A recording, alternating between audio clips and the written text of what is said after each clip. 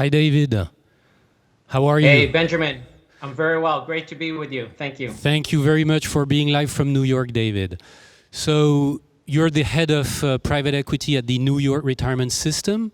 And as a start, we would be very happy if you could share a little bit with us what's happening in the US in terms of the current pandemic, of course, but also the current political context and the impact of this situation on the US private equity industry. Yeah, absolutely. And I think when we look at 2020, that really is a remarkable and extraordinarily challenging backdrop for the New York City private equity portfolio and the industry as a whole, right? So we had a pandemic, we had economic dislocation like we've never experienced before. And then we've also had, at least in the United States, right, the murder of George Floyd in May of this year, which triggered social and political movements calling for social justice and the elimination of systemic racism. And on top of that, we've had an unprecedented and controversial and contentious presidential election just last month in November. So the backdrop is one that I think that we've never experienced before here in this country, and many of those factors have influenced the industry globally. When I look at the current situation on the pandemic front, on the healthcare front, as many have seen in the news, we are going through a second wave of COVID-19 infections. The death rates and the infection rates have been increasing in the United States. There are some states and cities that have gone into government-endorsed lockdowns. And then on the political front, I am like very optimistic and encouraged.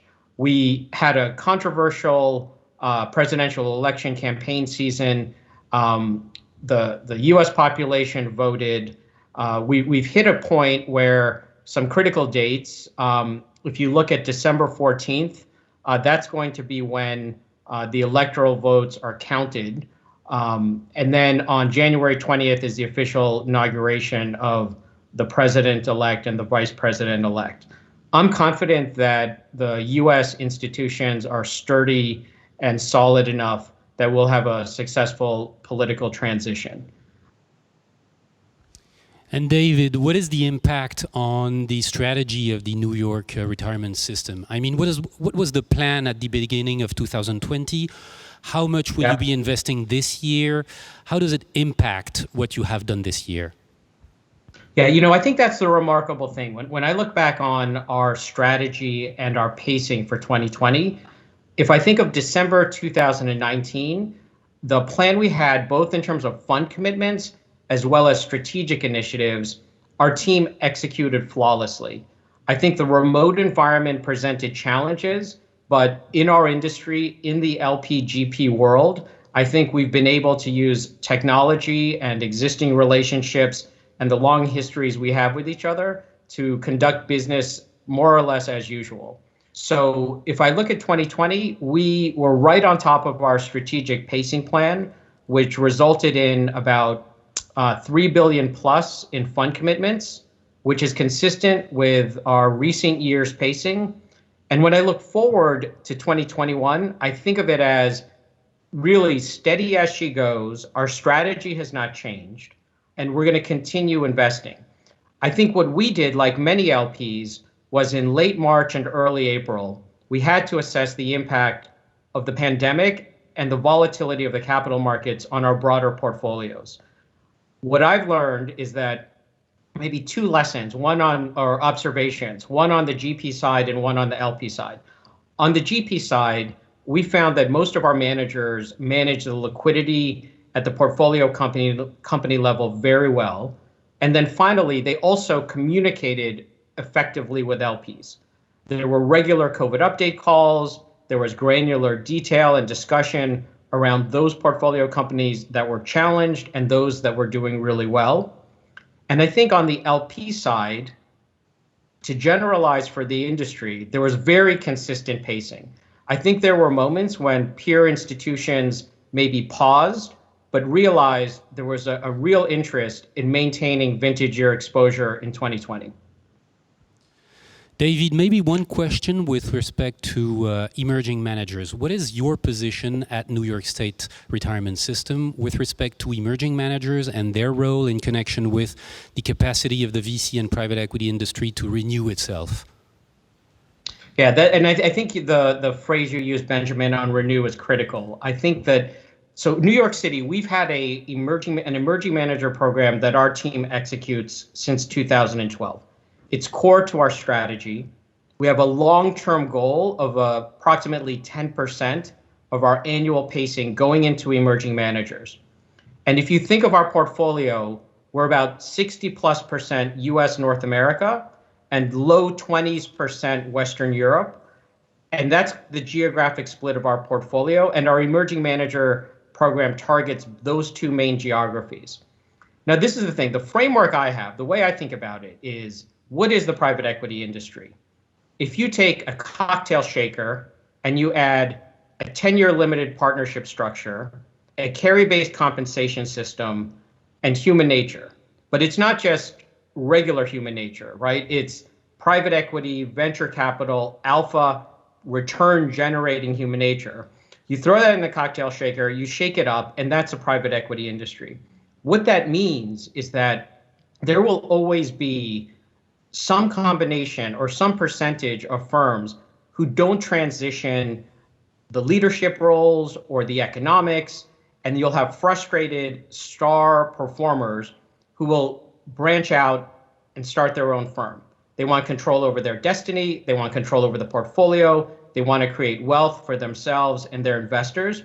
So we really see emerging managers as an opportunity to also scale with the next generation of leadership in the industry.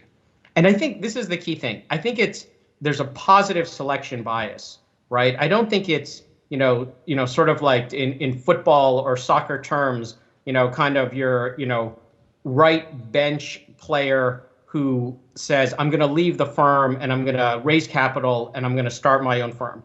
It's usually the risk takers, the successful investors, those with a track record. And what's interesting is in the US market, there are pools of dedicated capital and programs similar to New York City. And so for us, it's an important part of our portfolio construction, and we take a very long-term strategic view. So we've got a few seconds left, David. What is your view with respect to Europe? I know that you have invested in Europe and in France in the past. Yes. Given the situation, what is your view today with respect to Europe and France? Yeah, briefly, I would say, given the depth of the European market, it's always going to be core to our portfolio after the US market. That will continue to be the case both with established managers as well as emerging managers. We did announce a program this summer. We started a $600 million program with Neuberger Berman as our partner, focused on early stage first-time funds, also looking at opportunities in Europe. So in my closing remarks, what I'd probably like to say is I would encourage LPs, both in Europe and globally, to give a very close look at emerging managers, because there is a strategic benefit. One, you can generate alpha, you can renew your portfolio, and then you have the opportunity to be a strategic important LP at an early stage and scale with them.